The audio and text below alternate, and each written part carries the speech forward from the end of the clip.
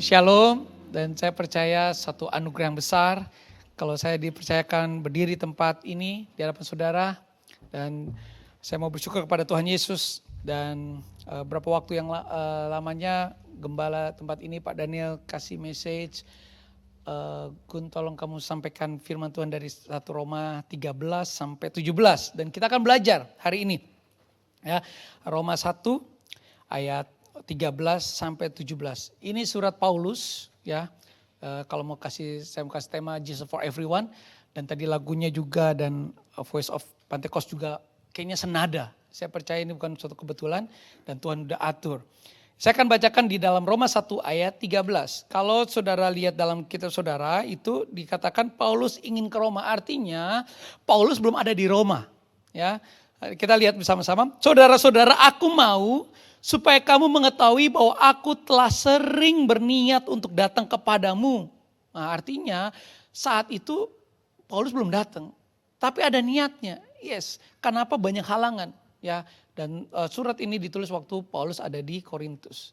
Dan kerinduannya untuk pergi ke Roma tetapi selalu dihalangi. Di Kisah Para Rasul 20 saudara bisa baca, itu penghalang-penghalang banyak. Salah satunya adalah hal-hal yang lain yang membuat mendelay datangnya Paulus di Roma. Tetapi dikatakan, tetapi hingga kini selalu terhalang. Nah, ini pertanyaannya. Di tengah-tengah kamu aku menemukan buah supaya juga di tengah-tengah bangsa bukan Yahudi yang lain. Artinya waktu Paulus menulis ini dia ingin ada harvest. Harvest dalam bahasa Greeknya itu karpos. Artinya berbuah. Nah, kalau kita bicara berbuah, Yesus sudah katakan Yohanes 15 ayat 5.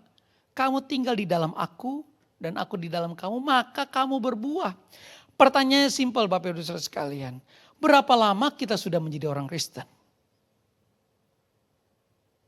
Artinya ya ketika bilang Tuhan kamu tinggal di dalam aku, maka aku akan berbuah. Nah, berapa lama kita menjadi orang Kristen dan berapa banyak buah yang sudah dihasilkan?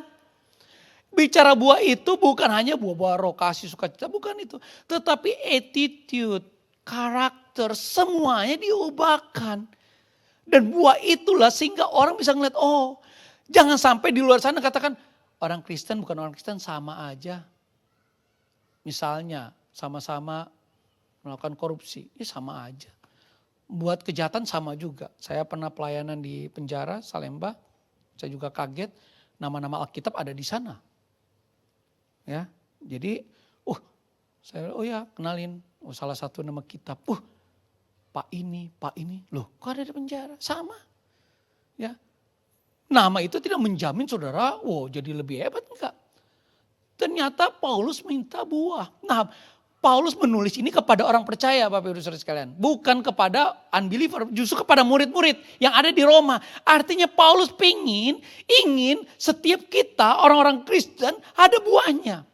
Buah itu bukan hanya orang unbeliever menjadi believer, bukan yang itu, tetapi buah itu adalah pertumbuhan iman kita. Usia boleh bertumbuh, iman belum tentu. Setuju gak? Ya. Usia nggak usah dipusingin. Itu saudara tiap tambah tahun, ulang tahun berarti saudara tandanya semakin tua. Ya, jangan happy itu sudah mendekat. Ya, artinya. Tetapi kalau iman itu perlu bertumbuh. Ya, iman yang kasih Tuhan Yesus nanti kita akan masuk situ. Tetapi harus bertumbuh dengan perjalanan waktu.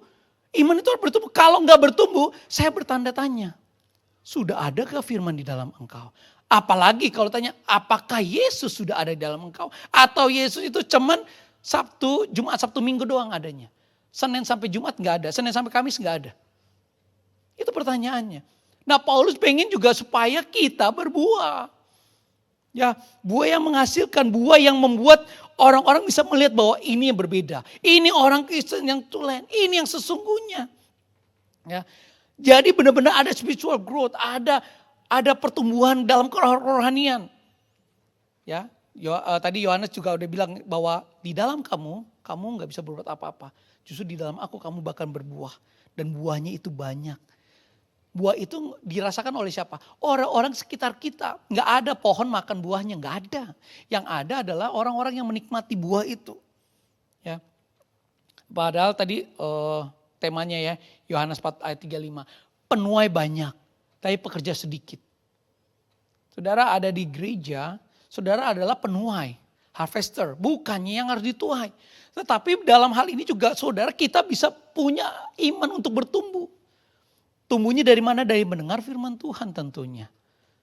Ya. Dan satu lagi juga menjadi pelaku firman. Kalau kita mendengar, ya saya percaya nggak akan kurang-kurangnya kita mendengar. Apalagi orang yang suka dengar podcast. Dari hamba Tuhan A sampai Z didengerin semuanya.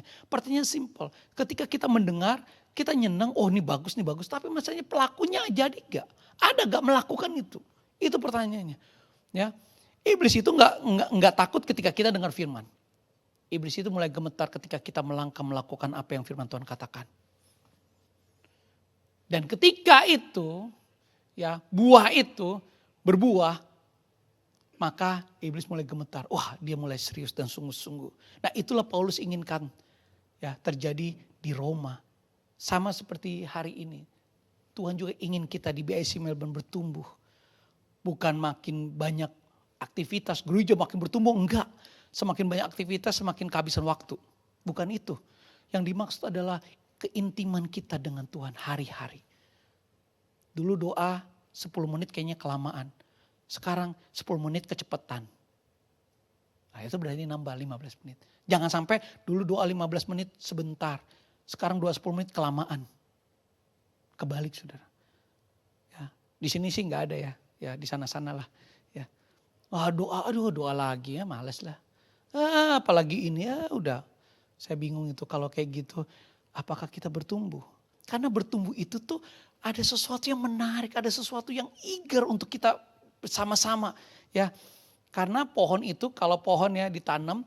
Nggak tahu berapa tahun, mangga, jambu, apalagi gitu. Kalau nggak berbuah, buat apa itu? Ya saudara, habisin waktu. Tuhan juga bilang, kalau engkau tidak berbuah, 1 kali ditebang. Kapan ditebangnya kita nggak tahu. Ya, Tuhan masih sabar, tunggu terus saja sampai berbuah. Itu yang pertama. Ayat yang ke-14 dikatakan. Terus Paulus katakan, aku berhutang. Aku berhutang baik kepada orang Yunani maupun kepada orang bukan Yunani. Baik kepada orang terpelajar maupun kepada orang tidak terpelajar. Apa sih maksudnya? Di situ dikatakan obligation. Obligation itu simple ya, seperti utang. Ya saudara, kita kalau yang ambil mortgage punya utang. Kira-kira harus bayar gak? Harus. Mau gak mau, suka gak suka harus. Karena sudah utang. Tetapi ada 2 versi utang. Yaitu ketika kita dipercayakan dan kita mengerjakan. Nah itu saya lebih suka yang versi kedua. Kenapa? Karena kita sudah terima keselamatan itu. Maka kita harus mengerjakan keselamatan itu dengan memberitakan kabar baik. Maka Paulus katakan dia punya utang kepada orang Yunani. Karena apa? Dia mau semua orang, baik orang Yunani maupun orang Yahudi, terima Injil dan terima keselamatan. Nah pertanyaannya, kita merasa gak kita punya utang dengan Tuhan? Atau fine-fine aja, yang penting aku selamat, keluarga aku udah kenal Tuhan, bahkan melayani, udah selesai. Bagaimana dengan tetangga? Bagaimana dengan dari pihak papa, pihak mama, dari yang lain? Bagaimana? Mereka, itu kan bukan urusanku. Biarin aja mereka, binasa silakan binasa. Wah gak bisa kayak gitu. Paulus punya utang. Dia punya utang, kenapa? Dia mau semua orang bisa kenal Tuhan. Karena dikatakan kamu menerima gratis, kamu juga harus berikan gratis. Ya. Karena itu yang Tuhan inginkan di dalam Matius 10 ayat 5 juga dikatakan gitu. Kamu telah memperoleh dengan cuma-cuma, karena itu berikan dengan cuma-cuma. Ini perintah Tuhan. Ya, artinya ketika kita menerima keselamatan itu, by faith tentunya, ya kita harus memberitakan juga keselamatan itu. Karena itu udah kewajiban kita. Bukan karena, oh itu kan Paulus, oh tugas si itu, enggak. Matius 28 jelas. Pergilah ke segala bangsa, beritakanlah kabar baik. Nggak ditulis di situ khusus pendeta, khusus pengerja, atau khusus apa gitu, nggak ditulis di situ. Semua orang percaya, murid, yang dibilang murid harus memberitakan kabar baik. Dia tadi Matius katakan ya, Matius 10 saya akan bacakan. Maka seperti ini, ke-12 murid itu diutus oleh Yesus dan berpesan kepada mereka, jangan kamu menyimpang ke jalan bangsa lain. Saat itu ya, belum ke bangsa kota orang Samaria, melainkan pergilah kepada domba-domba yang hilang dari umat Israel. Artinya orang Yahudi dulu. Sembuhkanlah yang sakit, bangkitkanlah orang mati, tahirkan orang kusta, usirlah setan-setan. Karena kamu menerima dengan cuma-cuma, karena itu berikan dengan cuma-cuma. Bayangkan Tuhan bilang suruh pergi sembuhkan orang sakit. Boro-boro kalau kita sakit langsung cari pendeta. Cari ketua kul. Tolong dong, tolong. Padahal Tuhan bilang nih, bangkitkan orang mati, tahirkan orang kusta, usir setan-setan. Ya, kenapa bisa gitu? Karena otoritas sudah dikasih. Ketika engkau menerima Yesus, kamu otoritas surga dan bumi diberikan. Tapi sekarang pertanyaannya gimana? Mau gak kita misalnya seperti itu? Enggak, kita takut. Apa yang membuat kita takut? Karena kita gak confident dengan keselamatan kita sendiri mungkin. Itu bisa jadi. Saudara, satu kali saya dulu punya handphone Samsung 9, kalau sekarang kan udah 20-an, dulu 9. Salah satu iklannya itu tahan air 30 menit. Tahu apa yang saya buktikan? Jadi waktu saya ambil, saya bawa berenang dulu masih di apartemen, saya bawa berenang selama 15 menit di dalam air. Foto-foto, video-video istri saya lagi berenang, ya itu untuk kalangan sendiri, ya kan? Masih oke. Ini benar-benar terbukti. Ada pembuktian. Saya bilang, saya bukan iklannya Samsung, tetapi apa yang di iklan itu. Nah, orang Kristen harus seperti itu. Ngakunya Kristen, tapi nggak memberitakan Injil. Aduh, ini miss, ya. Sometimes itu yang perlu kita renungkan lagi. Paulus mau di jemaat di Roma itu dia memiliki hutang, makanya dia mau beritakan Injil. Baik orangnya Yunani, baik Yahudi, maupun terpelajar bicara tentang yang education, mau yang uneducation, artinya yang ya rakyat jelata biasa. Dan Tuhan sering kali pakai yang seperti ini, pakai Petrus. Ya, kalau Paulus memang udah pinter. Di dalam 12 murid Tuhan Yesus itu yang paling pintar dia satu, Dr. Lukas. Ya si Lukas, yang lainnya nelayan, ya biasa, ya dan puji Tuhan, Tuhan cari yang available, bukan capable. Karena kebanyakan orang yang capable sulit nego-nego dengan Tuhan. Tuhan, aku mau gini kalau begini ya Tuhan, aku mau gini kalau begini ya Tuhan. Ya Tuhan udah oke lah, ntar mau gak, bersedia gak, mau Tuhan. Tapi begini, oke Tuhan, udah Tuhan jalan dan Tuhan pakai. Dan disinilah ketika kita punya obligation itu lahir dari kuasa Roh Kudus. Tanpa kuasa Roh Kudus nggak mungkin kita punya rasa ini. Kenapa? Karena kita sifatnya jelek, sifatnya tuh egois. Ya, nggak usah ngaku saudara. Memang itu manusia kayak gitu, sifatnya egois. Yang mau didahulukan, nggak mau mendahulukan orang lain. Makanya Tuhan ngajarin berbeda. Kalau kamu yang dari tertinggi, kamu jadi pelayan. Yang dunia ajarkan no, lu sikat kanan sikat kiri, injek kanan injek kiri untuk naik. Tuhan enggak, yang mau tertinggi harus jadi serve, jadi hamba. Itu berbalikan dengan dunia ajarkan. Dan ini gak mudah, Bapak Ibu Saudara, apalagi di dunia sana, di marketplace khususnya. Pastor gimana kalau gak sikat kanan kiri gak cuan, bocuan jadinya. Enggak, Tuhan mau ayo. Karena bukan itu yang tujuan dicari. Karena percayalah Tuhan akan memberkati dan kuasa Roh Kudus memampukan kita, mempunyai kita sehingga kita punya obligation untuk beritakan kabar baik. 1 Korintus 2 ayat 4 sampai 5 dikatakan gini. Baik perkataanku maupun pemberitaan yang kusampaikan bukan dengan kata-kata hikmat yang meyakinkan, tetapi dengan keyakinan dan kekuatan Roh. Kenapa? Kita sering dengar firman Tuhan, kita sering datang ibadah, kita sering dengar khotbah, tapi pertanyaannya khotbah itu mengubah saudara apa enggak? Atau berubah hanya 1 jam saat mendengar, dilawat, udah selesai, keluar dari situ, kembali lagi ke dunia lama. Itu pertanyaannya. Jadi tidak menjamin saudara datang ke ibadah, ke gereja, berulang-ulang, bertahun-tahun akan mengubah saudara, enggak mungkin. Ya. Itu istilahnya kalau melakukan segala sesuatu dengan result yang berbeda itu, wah itu insanity kata si itu. Ya, salah satu orang pintar lah.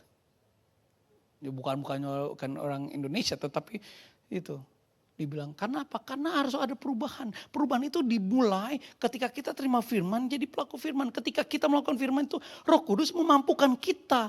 Makanya dia empower kita. Dia menguatkan kita. Saya percaya, tapi kan saya juga udah terima Tuhan, udah terima Roh Kudus. Yes.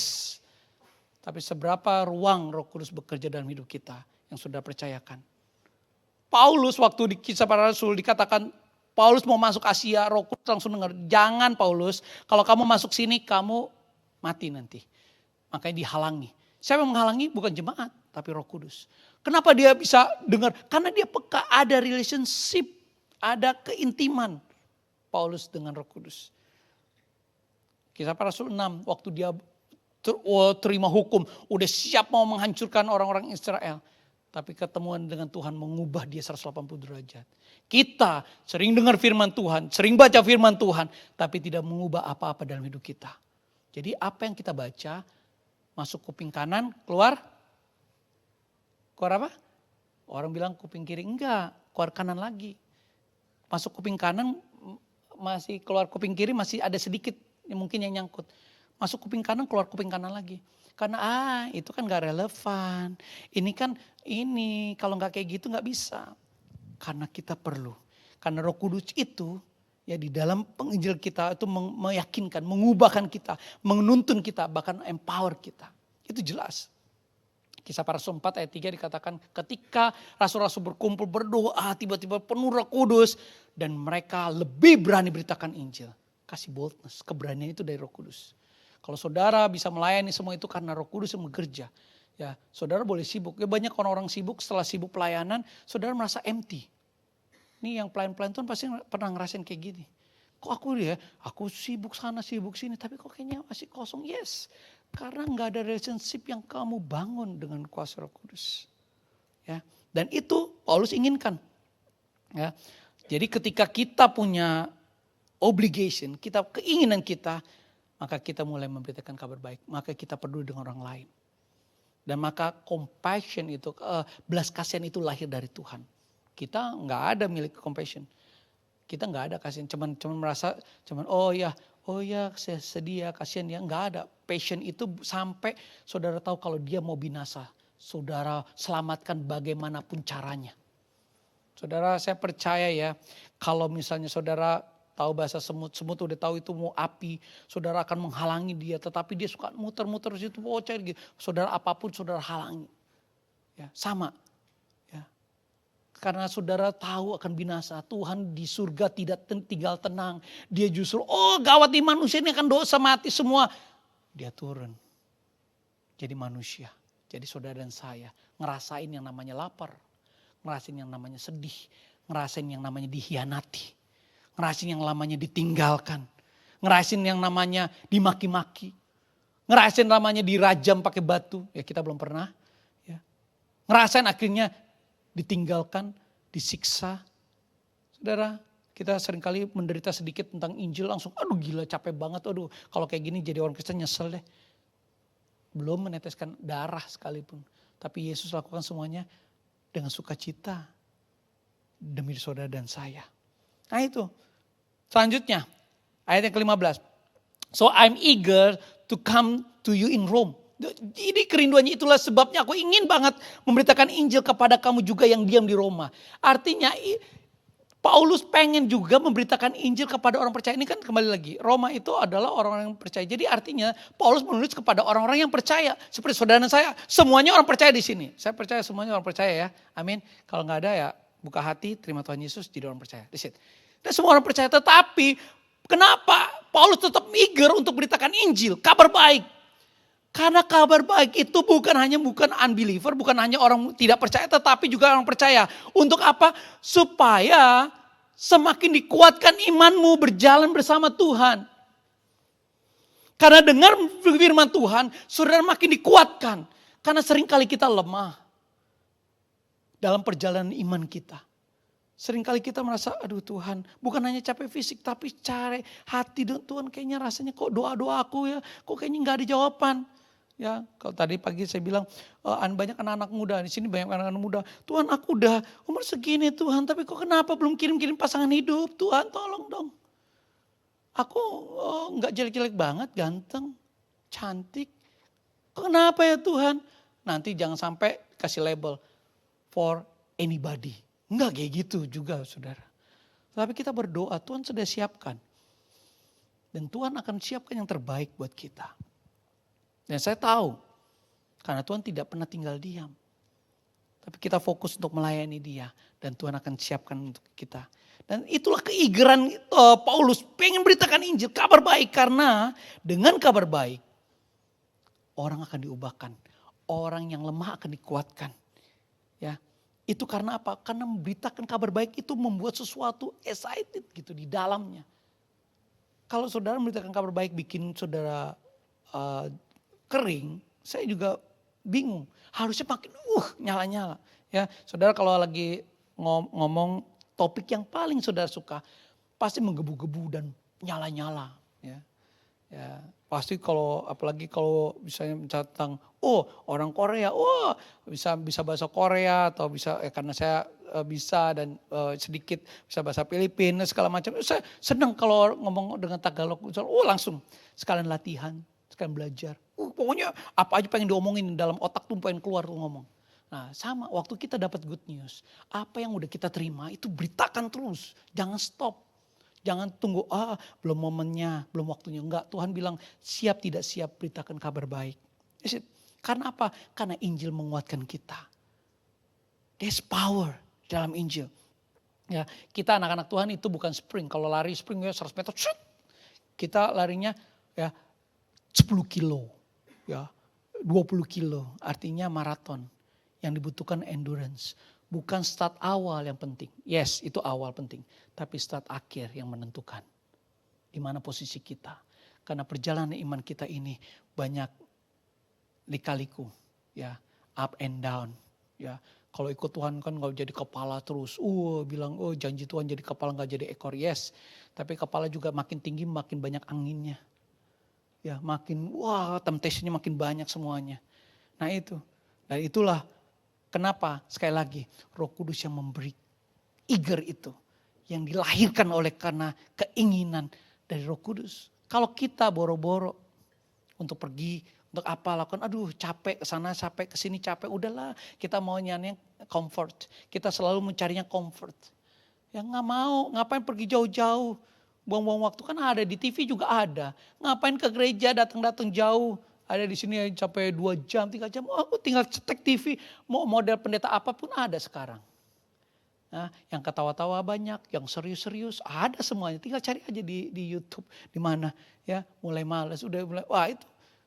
Tapi bilang exciting. Saudara tahu kenapa kalau saya di rumah ada kompor, bukan api, kompor listrik. Ya, tungkunya itu panas tapi nggak kelihatan, nggak ada warna gitu ya. Taruh panci itu pancinya jadi panas. Kenapa bisa panas? Karena di bawah panci itu ada tungku yang selalu bikin api panas. Kalau kekristenan kita nggak panas, berarti saudara kita nih sudah masuk namanya tanda suam-suam. Suam-suam itu berarti nggak mau melakukan apa yang Tuhan inginkan. Dan satu kali ini akan dibuang. Kenapa? Kamu suam-suam. Nggak panas, nggak dingin. Dan kita orang yang paling celaka. Kenapa? Kalau dibilang, kalau suam-suam, ini paling gak enak. Ya, kanan Kristus, kiri dunia. Yang kayak gini-gini nih. Yang kan gak bisa, kita itu ya tinggal di dunia bukan berarti jadi duniawi. Paham ya Bapak Ibu Saudara sekalian. Tinggal di dunia bukan berarti jadi duniawi. Cara pandang kita bukan duniawi. Cara tingkah laku kita bukan duniawi. Duniawi ngajarin sikat kanan, sikat kiri. Kiling kanan, kiling kiri. Tapi Tuhan bilang enggak, kamu harus willing untuk sacrifice. Kamu willing untuk diajar tuh seperti itu. Kenapa? Karena Yesus. Ya tadi, kamu jadi kepala, kamu jadi seorang hamba dulu. Nah itu perlawanan berbeda. Kenapa? Karena dikatakan di dalam Roma tadi, Roma 1 ayat 15 mengajar kita punya keigeran untuk beritakan kabar baik. Punya passion untuk beritakan kabar baik. Ya supaya Injil diberitakan juga buat orang percaya.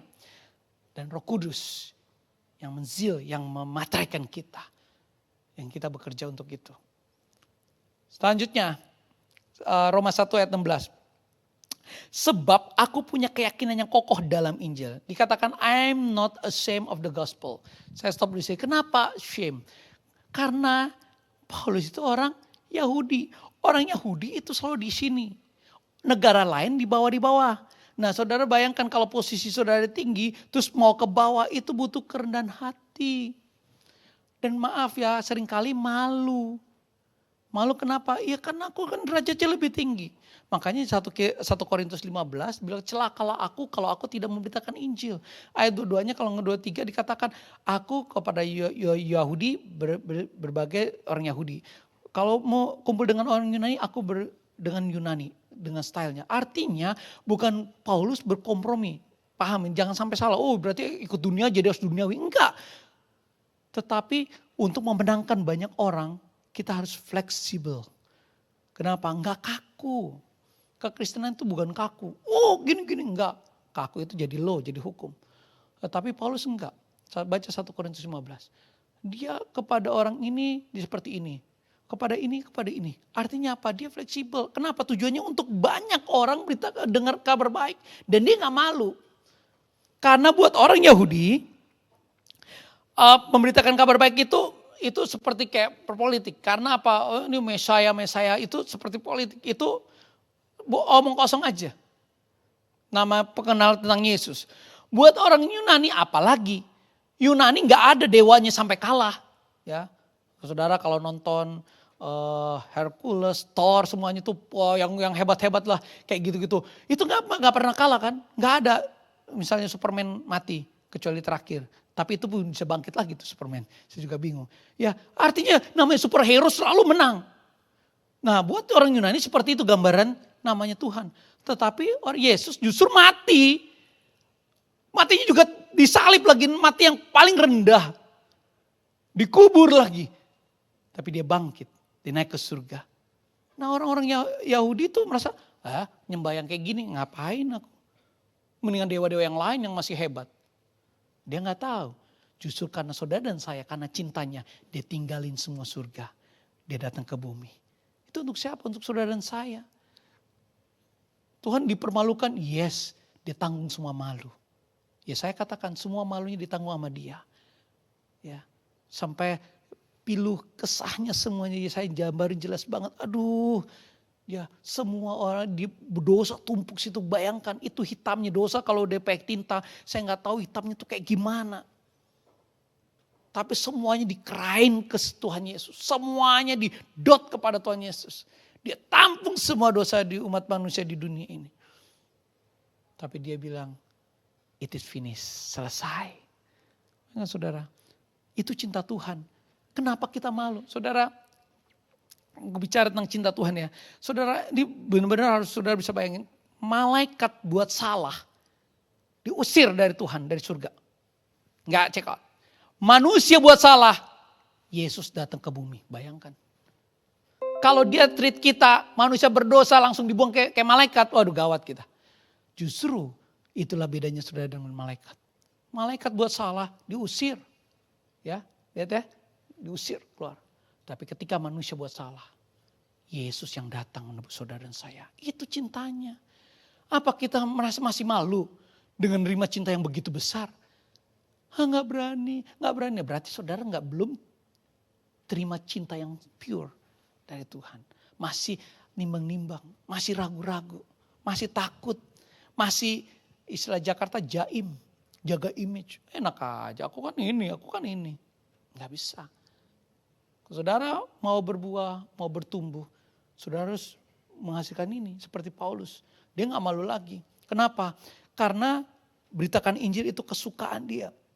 Ya, waktu di Roma waktu itu sangat menekan kekristenan.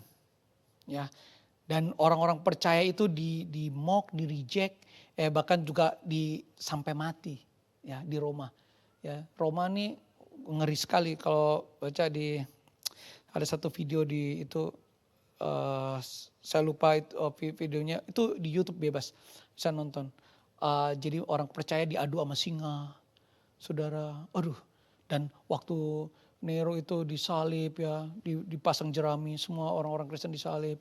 Wah bikin Nero gila itu ketika waktu nyala api. Saudara pernah kena tetes api ya, langsung melenting ya. Ini waktu dibakar bayangkan ya, itu kan meleleh banget itu kulit. Tapi apa yang orang-orang yang disalib itu dia nyanyi gini. Haleluya, haleluya. Sementara kulit itu meleleh saudara. Haleluya. Itu berapa ratus orang nyanyi kayak gitu sampai bingkong mereka gak jerit-jerit. Sakit ada Tuhan tolong. Enggak. Dia langsung haleluya. Karena dia tahu, karena dia yakin. Ini hanya tubuh sementara yang satu kali kelak akan bertemu dengan Tuhan. Dia nggak pikirin lagi. Sementara kita masih mikir ini lebih tinggi daripada hal yang rohani. Kita kalau bisa jaga. Jangan sampai kita ini gini harus dijaga. Yes. Tapi rohani kita. Seperti Yohanes bilang ya. Biar dia semakin bertambah. Ku semakin berkurang. Agar nama Yesus diberitakan. Itu lagu sekolah minggu. Baru saya ngerti. Dulu nyanyi. Nama Yesus ditinggikan ya. Kalau yang sekolah minggu di Indonesia tahu tuh. Ya, makin bertambah. Ku makin berkurang. Ya itu. Itu tujuannya. Jangan sampai kita bagus, keren, tapi spirit kita miskin. Sampai nanti di Wahyu bilang, kamu pikir gini, sebenarnya kamu miskin, kamu telanjang. Ingat ya, waktu ngomong gereja Tuhan, waduh, kamu pikir kamu justru telanjang, kamu tuh miskin, kamu merasa kaya, no kamu miskin. Yang Tuhan lihat selalu spirit, saudara. Ya. Bukan berarti orang Kristen gak boleh punya wealth, bukan. Tapi setiap wealth, setiap tanggung jawab itu dipercayakan ada purpose-nya. Saudara masih hidup di bumi ini ada purpose-nya. Bukan mau satisfy your desire. Bukan memuaskan aku pengen ini, aku pengen itu. Bukan. Tapi saudara dipercayakan untuk multiplikasi, untuk membuat orang mengenal Tuhan lebih lagi. Diberkati untuk memberkati. Sudah diberi hidup untuk beritakan kehidupan itu di dalam Yesus. Ya. Dan ketika itu yang terjadi. Selanjutnya dikatakan, for this is the power for salvation. Power apa saudara? Power untuk menyelamatkan. Saudara bayangkan ya, kita ini dosa. Dan kita satu-satunya yang gak bisa kita lakukan adalah menebus dosa kita sendiri. Harus ada butuh orang lain, redeemer. Makanya dikatakan, my redeemer live. Artinya penebus itu hidup yang hidup tanpa dosa, yaitu Yesus. Karena kita lahir sudah berdosa. Dan kita gak bisa ada kekuatan untuk hal ini. Karena upah dosa adalah maut. Siapa yang bisa melawan maut? Orang kemarin saya, pelayanan di Purial, kalau bisa ada yang menemukan obat memperpanjang 20 tahun, saya percaya itu obat yang paling laku di dunia. Ya, betul gak? Mau berapapun harganya, satu kapsul bisa memperpanjang hidupmu 20 tahun.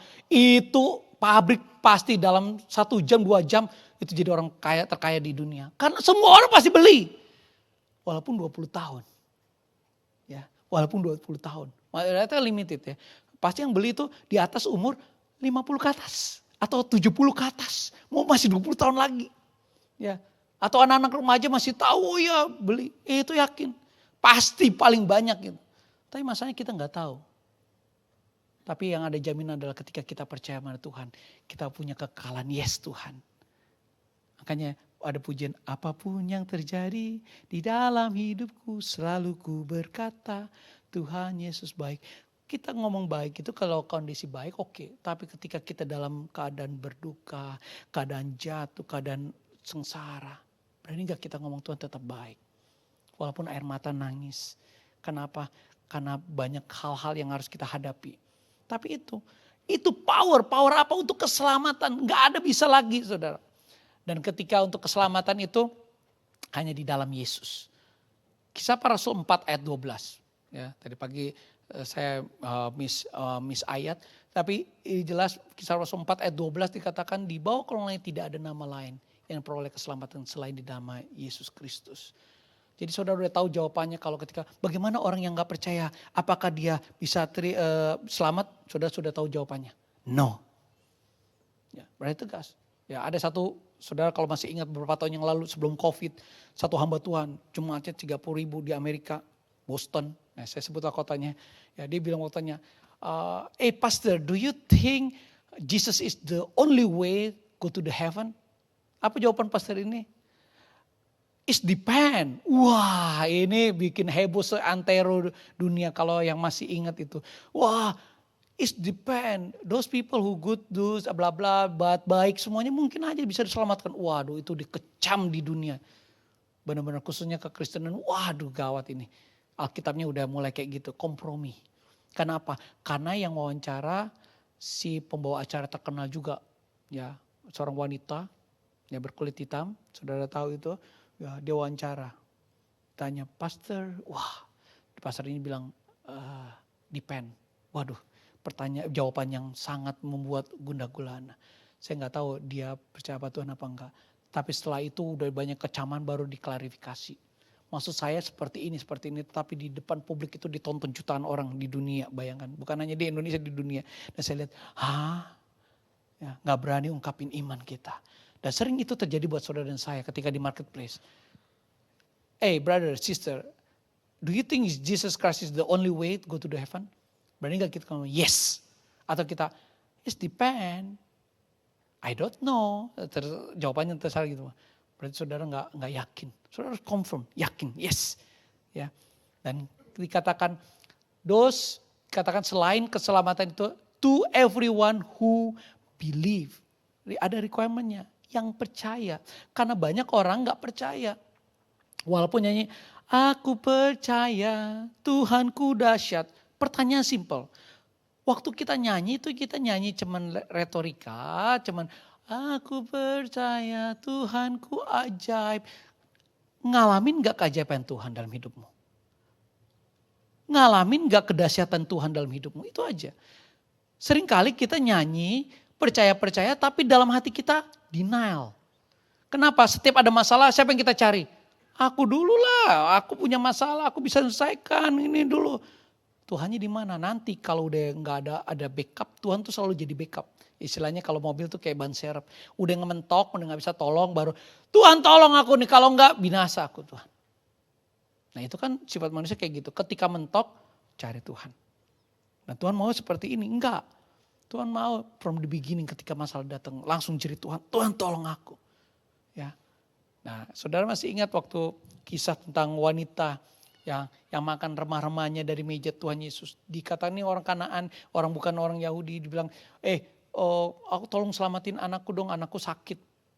Dan bilang gak baik memberi roti kepada, dibilang anjing di situ. Dia dikatakan, tapi Tuhan bilang, tapi wanita ini bilang, oh iya memang betul Tuhan. Tapi kan waktu anak-anak mencakan tuh roti ada remah-remahnya kan jatuh. Dan anjing itu bisa makan remah-remahnya aja. Dia bilang dengan remah-remahnya aja kan pasti Tuhan mau selamatin. Tuhan lihat apa? Hai ibu, besar imanmu. Jadilah sesuai dengan kehendakmu. Anaknya sembuh saat itu. Iman. Nanti kita masuk nih ayat selanjutnya. Iman itu yang membawa kita bertumbuh. Iman itu yang membawa kita tuh bisa menggenapi apa yang Tuhan inginkan. Dan iman itu juga apa yang kita mau achieve itu akan terjadi. By faith. Ya. Dan seringkali kalau kita bicara malu, takut ya. Saudara waktu doa makan bareng-bareng di mana gitu sama teman kerja. Saudara doanya gini, amin. Atau saudara dengan Tuhan terima kasih buat berkat-Mu itu. Ya saya gak tahu. Atau saudara dalam hati aja, yang penting kan Tuhan tahu dalam hati. Karena padahal bukan karena dalam hati. Karena kita malu ada koleg kita makan yang bukan kenal Tuhan. Jadi kita merasa gini. Kan bisa kita, sorry ya aku mau berdoa dulu before I want to eat. Ya, bisa ngomong. Minta permission dengan mereka supaya gak offended gitu. Ya udah bisa.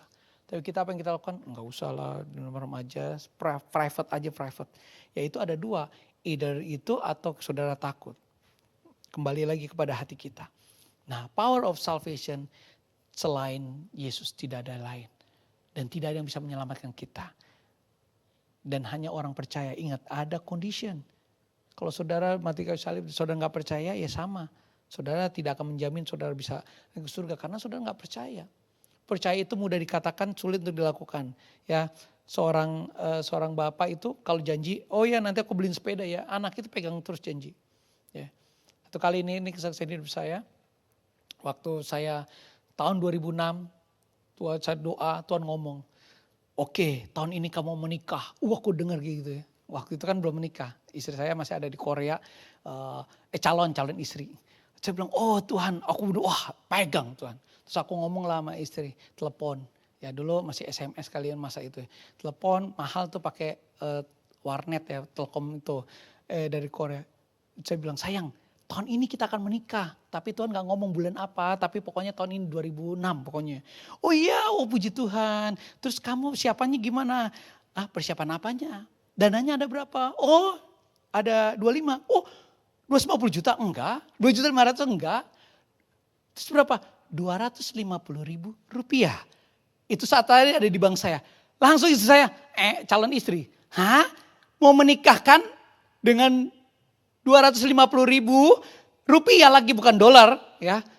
Wah, ini main-main. Istri saya sudah ambil niat. Oke, waktu saya nanti ke Jakarta, putus hubungan. Tidak bisa, ini main-main ini namanya. Tapi istri saya, calon istri saya bilang gitu, wah dia udah main-main. Tapi saya pegang, ya itu ingat enaknya itu iman gitu. Ya, saya nggak bilang contoh anak-anak muda ya. Saya pegang, Tuhan, Bapak yang janji. Kalau nggak jadi, siapa yang malu? Bapak, betul nggak?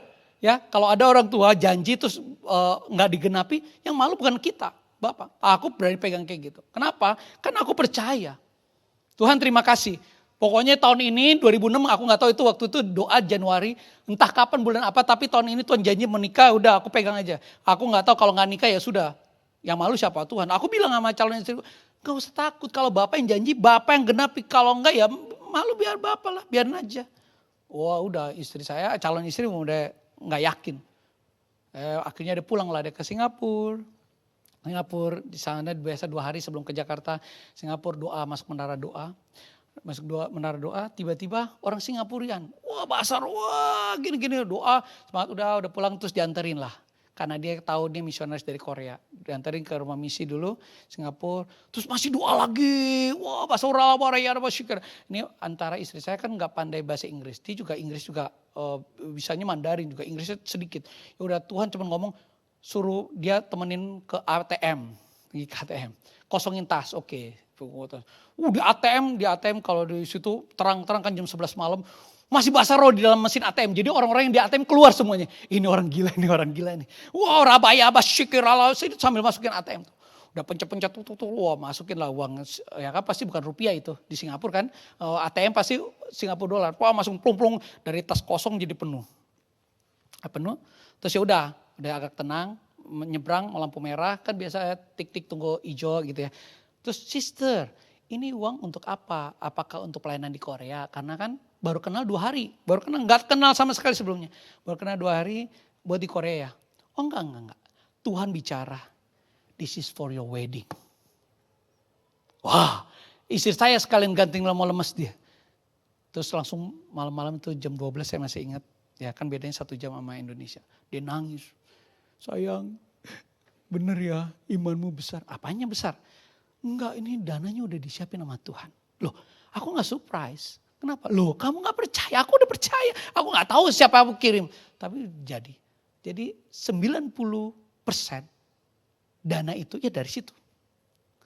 Makanya saya kutip, cukupkanlah apa yang ada padamu. Dia bisa dapat 20 juta misalnya. Ya udah, menikah dengan 20 juta aja udah cukup.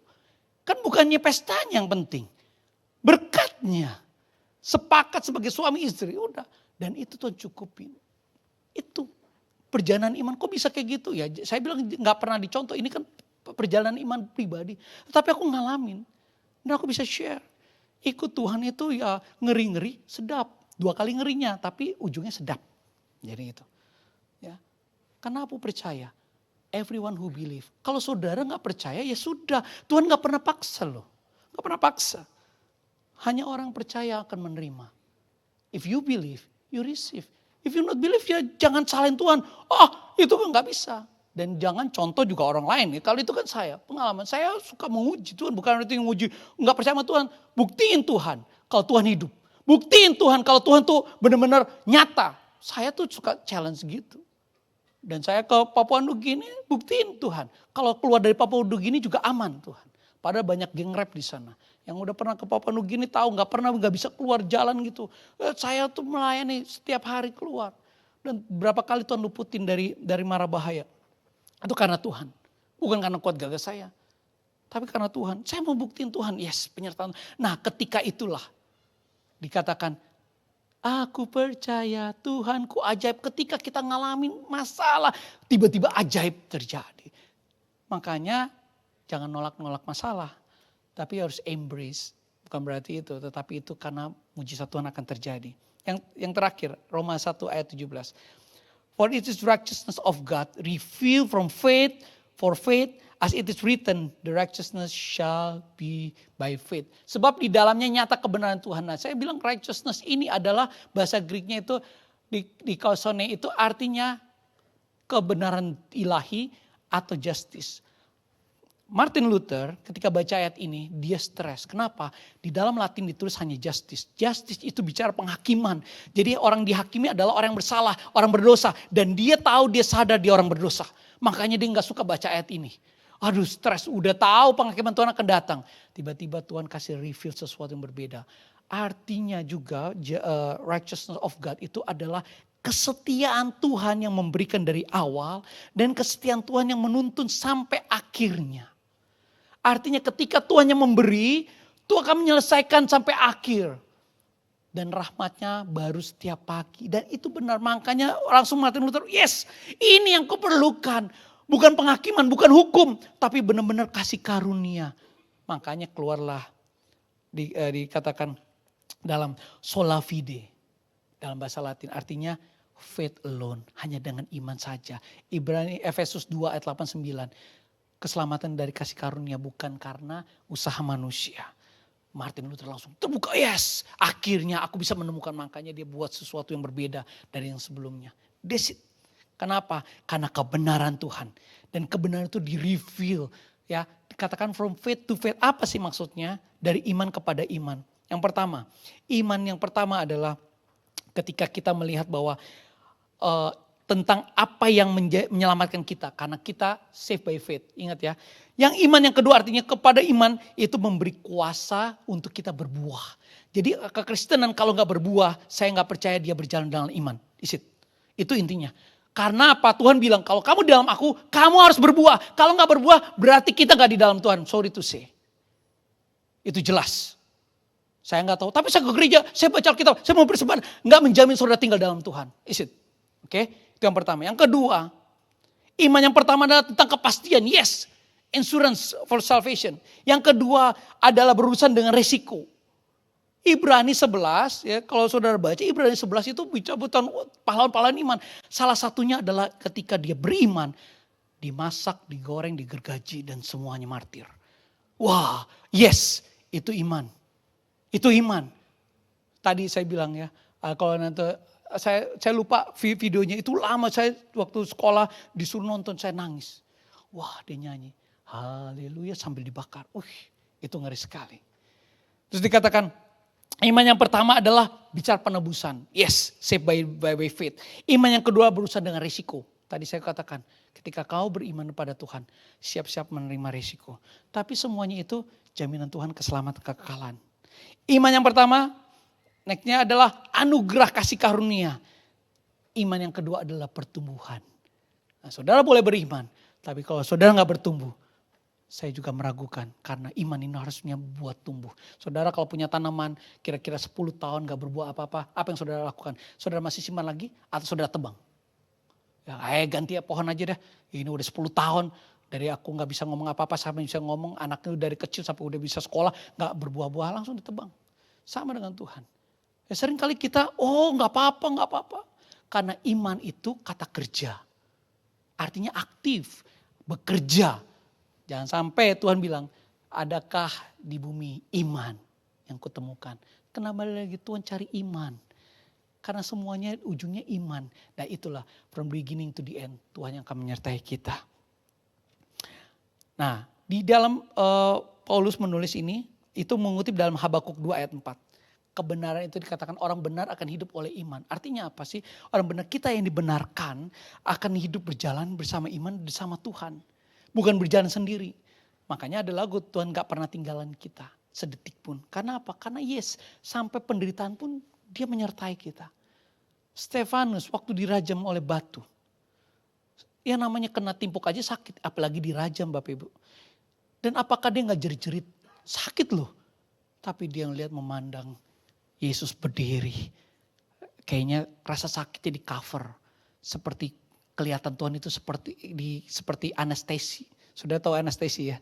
Kalau dioperasi kan di black itu gak rasa karena ada anestesi. Kayaknya aku melihat Tuhan berdiri. Makin orang makin rajam sampai akhirnya mati. Dia udah masuk dalam kekekalan sama Tuhan. Wah itu imannya dia. Sometimes kita perlu bahwa Habakuk juga lihat ini. Orang benar akan hidup oleh iman. Iman membawa apa? Iman membawa pertumbuhan. Kalau saudara gak bertumbuh, saya Terus bertanya, apakah saudara benar-benar tinggal dalam Tuhan? Menjadi pertanyaannya, point of wonder. Saya mengundang imam musik, boleh. Apakah do I truly see myself as debtor to gospel? Punya gak rasa obligation itu? Atau kita cuek? Saudara bisa jawab sendiri. Sekarang, do you be eager to share the gospel? Siapa yang memberi eager ini? Roh Kudus. Kalau saudara enggak, minta sama Tuhan. Tuhan, aku mau eager dong. Terus dikatakan, do we have God's heart for all people? Ya, Jesus for everyone. Atau kita batasin untuk share gospel kepada orang tertentu. Karena apa? Karena takut. Ini pertanyaan buat kita semua. Dan kiranya lagu ini yang kita naikkan menjadi doa kita. Ya, supaya Tuhan memberikan hati seperti hatinya Yesus. Amin. Saya minta worship leader bantu saya untuk menaikkan pujian menjadi doa kita. Saudara, kita sama-sama nyanyi lagu ini. Haleluya Lord Jesus.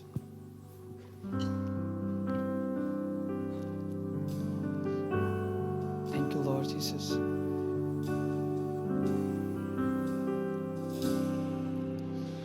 Berikan ku hati seperti hatimu yang penuh dengan belas kasihan.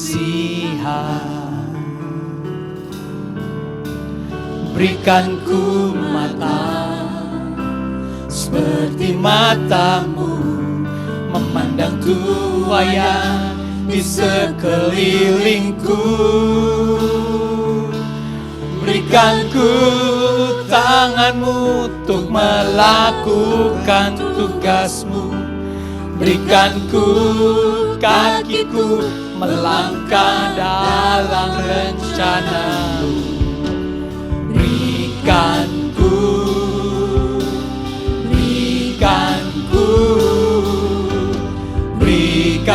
ku hatimu. Kita naikkan pujian ini dari pertama. Mari saya undang makin berdiri bersama-sama. Naikkan pujian ini bersama-sama Bapak Ibu Saudara sekalian. Berikan ku hati, yes Lord, seperti hatimu yang penuh dengan belas kasihan. Berikan ku mata, berikan ku mata seperti matamu memandang tuayan di sekelilingku. Berikan ku tanganmu, yes Lord, melakukan tugasmu. Amin Tuhan. Berikan ku kakiku melangkah dalam rencanamu. Berikan ku, yes Lord. Berikan ku hati, berikan ku tanganmu ya Tuhan. Berikan ku tanganmu, oh yes Lord, melakukan tugasmu. Berikan ku kakiku melangkah dalam rencana. Berikan ku Tuhan, berikan ku, amin Lord. Berikan ku hatimu. Glory Lord Jesus. Siang ini Tuhan kami mau Tuhan minta hatimu Bapa. Kami berdoa di dalam nama Tuhan Yesus. Biar compassion itu lahir Tuhan daripada Engkau sendiri. Karena kuasa Roh Kudus yang mengalir dalam hati kami, yang memberi eager, memberi Tuhan kekuatan untuk kami berani beritakan Injil Tuhan. Ini kami minta Tuhan siang hari ini. Seringkali kami egois, kami tidak peduli dengan yang lain. Tapi siang hari ini ketika kami mendengar kalau Paulus Tuhan begitu eager memberitakan kabar baik. Dia mau dan dia tidak malu untuk memberitakan kabar baik. Kami juga mau Tuhan, kami tidak malu lagi. Kami mau Tuhan menjadi terang, menjadi garam di tengah kegelapan dunia ini.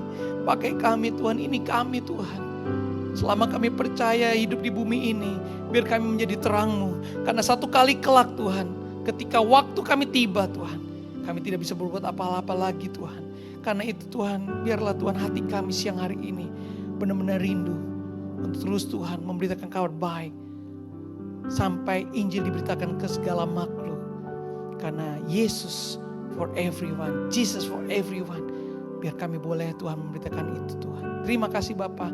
Kalau hamba-Mu selesai bicara, Roh Kudus, mari Tuhan Engkau terus yang membawa Tuhan anak-anak-Mu Tuhan. Percaya dengan firman-Mu, menjadi pelaku-pelaku firman-Mu, dan nama Tuhan dipermuliakan dalam nama Yesus. Haleluya. Amin. Silakan duduk Bapak Ibu sekalian.